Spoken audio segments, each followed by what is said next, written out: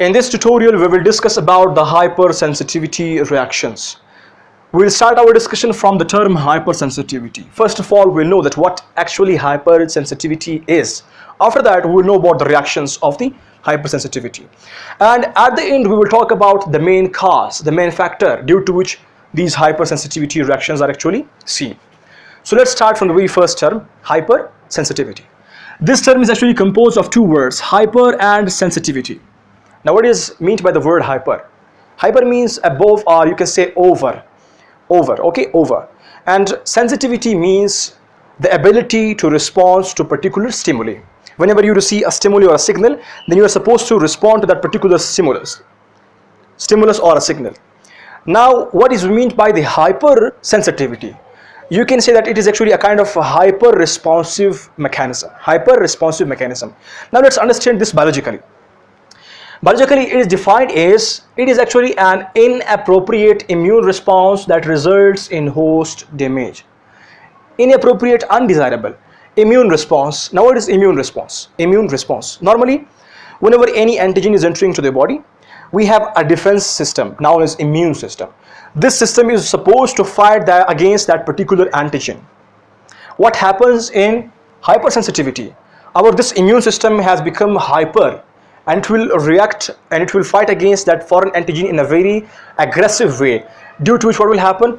The host will damage, means our body tissues and organ may damage due to this immune system's reaction. Now, we have actually four types of these reactions. Number 1, 2, 3 and 4. Number 1 is called as immediate anaphylactic reactions, and these reactions are also known as allergic reactions. Number 2, cytotoxic reactions. Number 3, immune complex reactions. Number 4, cell mediated or delayed hypersensitivity reactions. Now, what is the very first one?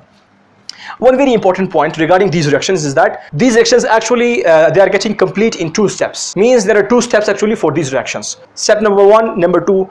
Here I have mentioned those steps by means of the phases. You can call it as the first exposure and second exposure. Now, why am I using these terms for these steps? Simply, if you talk about these reactions in simple way, actually these reactions in the first step means, first of all, if antigen is coming to the body, that antigen will not damage, or that will not cause any type of reaction in the body. In second step, if the same antigen is coming to the same patient, the same antigen, the same patient, then that patient will actually show the reaction. Now, you can give this mechanism a biological name that is called as pre-sensitization. First of all, the hypersensitive patient is supposed to be sensitized. After that, then the reactions will be seen. Now, let's understand these 2 terms through these reactions mechanisms. According to immediate anaphylactic or allergic reactions, in the phase 1, here our patient will become sensitized. We call it as pre-sensitization. What will happen? In the phase 1, the antigen will enter to the body, and here the B cells are waiting for this antigen. After that, antigen B cells, they will bond together.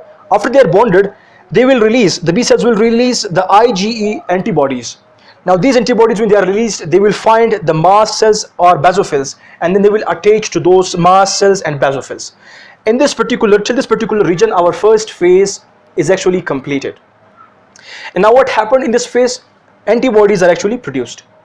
And the same case goes for all the types, other than the fourth one. In the first step, in the first phase, in the first exposure of the immediate anaphylactic reactions or allergic reactions, the antibodies are produced. And the same is the case with the cytotoxic reactions. Again, here the antibodies are produced. And in the third reaction, again the antibodies are produced. But in the fourth, actually the T cells are activated. Now, you can just say for all the steps in the first phase, actually your immune system is somehow awakened. Okay, means there is a kind of awakening of the immune system. Your immune system is becoming a kind of ready for the second exposure. In the first step, your immune system is a kind becoming alert for the second step. Let's understand that. Now, in the second step, again the same antigen is getting entry into the body. Now, this is the second time of the same antigen entering to the body. Now, what will happen? This antigen will bind to the IgE antibodies. Now, when this antigen binds to this antibody, this will activate the mast and basophil cells to release the histamine. And these histamines are actually responsible to start the allergic reactions. And the examples of the allergic reactions are allergic asthma, angioedema, eczema or hay fever. These are the examples of the immediate reactions or anaphylactic reactions or allergic reactions. Now why these reactions are called as immediate reactions? Because they start very quickly. Second one, the cytotoxic reactions. According to this, the phase 1, again antibodies are produced, and in the phase 2 these antibodies will find the antigen. Now this antigen will be present on the cells. What happens next? Antibodies, antigen, they will bind with the cells. Now this cells will actually be marked somehow, it will be labeled somehow for the phagocytosis. Means then other cells, when they're passing around, the phagocytes, when they're moving around, they will just find this labeled cell and they will come and they will take this labeled cell. Like this, it will destroy the cell. And the examples are the blood transfusion, when you are transfusing the blood, and erythroblastosis fetalis. It is about the child that is conceived by RH different mother. Okay, we do have a different discussion regarding this. Well, these are the examples, you must keep this in mind. Okay, now what happened here in this reaction? Our cells got damaged, I mean they are destroyed. Now this is actually because of this destruction, named as cytotoxic reactions. Okay, 2-1. Number third, immune complex reactions. In the first phase of immune complex reactions, antibodies are produced again, and in the second phase these antibodies will find the floating antigens. In this case, what are the floating antigens? The floating antigens are actually the microbes, the bacteria that is actually entered to your body. Now these antibodies will actually bind with those bacteria, those antigens you can say. Now this antibody, antigen, they will react together and they will just produce a kind of complex. Now this complex is actually known as immune complex, and this complex can move freely, and wherever it gets a point, then it will attach to that point and then it will flourish the reaction, or you can say then it will start the reaction. So normally they will find a place like in the blood vessels. When they stick there, they will just start the reaction, and due to which what will happen, then the tissues damage will be seen. And examples are the vasculitis, nephritis, and serum sickness. These three are the very common examples regarding the immune complex reactions.